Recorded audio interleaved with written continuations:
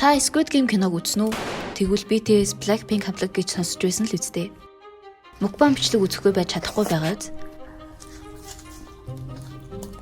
Солонгос кино, солонгос дуу, солонгос хоол хаа сайгүй.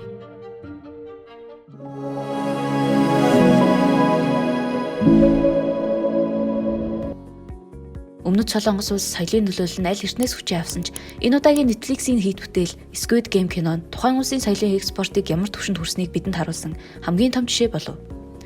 Дуу хөгжим кино урлагаар хүчээ нэмж буй Өмнөд Солонгос улс entertainment салбараа хэдэн 10 жилийн турш бодлоготойгоор дэмжиж олон улсад Hallyu Wave гэх нэр томьёог үүсгэв. Гэвч Hallyu-гийн давлагаан тэртээ 1997 онд Өмнөд Солонгос нүүрлсэн Азийн санхүүгийн хямралаас үүдэлтэй.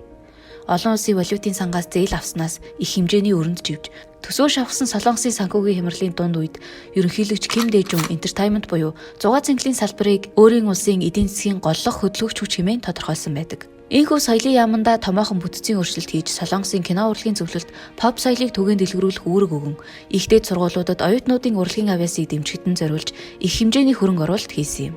Энэ ажил олон жил шат дараатай үргэлжилсэний үр дүнд 2021 оны 1 сард Hallyu Wave буюу Солонгос соёлыг шүтэн бишрэгчдийн тоо дэлхийд даяар албан ёсоор 100 саяыг давж соёлын давлагааг цунами болгож хувиргасан юм. BTS, Blackpink зэрэг хамтлагууд YouTube платформд ноёрхлоо тогтоон ердөө ганцхан өдөрт 100 сая хяналт авч үзэл дээрээ генсийн амжилтуудыг эзэмшиж өөрсдийн тогтоосон амжилтыг өөрсдөө шинжилэн тогтоодог болоод удаж байна. Тэр ч байтугай сүүлийн жилүүдэд K-drama эдигт хэмээх ойлголт үүсэж, энэ салбарт дэлхийн томоохон entertainment компаниудын анхаарлыг хандуулж чадсан юм. Үүний нэг жишээ нь Netflix компани Солонгос улсын контентын салбарт 2015 оноос хойш тасралтгүй хөрөнгө оруулсаар байгаа бөгөөд энэ хугацаанд 700 гаруй сая долларыг 80 гаруй контент бүтээхэд зориулсан байна. Ийхүү урт хугацаагаар хийсэн стратегийн хөрөнгө оруулалт нь Netflix төсөөлснөөс илүү үр дүн авчирч, Squid Game цуврал цацагдсны дараа Netflix-ийн хувьцаа түүхэн дээд ханштай хүрсэн юм.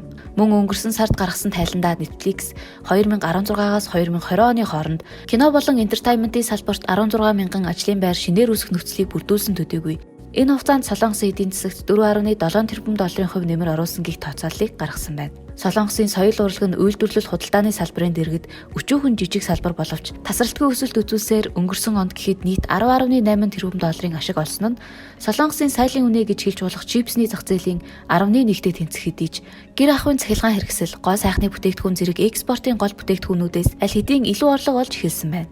Press-ийн Stories цувралын хамгийн эхний дугаар танд хүрлээ. Дараагийн дугаарт ямар сэдв тайлбарлуулмаар байгаагаа комент хэсэгт бичиж үлдээгээрэй. Хэрэгтэй мэдээлэл байсан бол цааш нь түгээгээрэй лимончуудаа. Танин мэдхгүй гайхахаас эхэлнэ.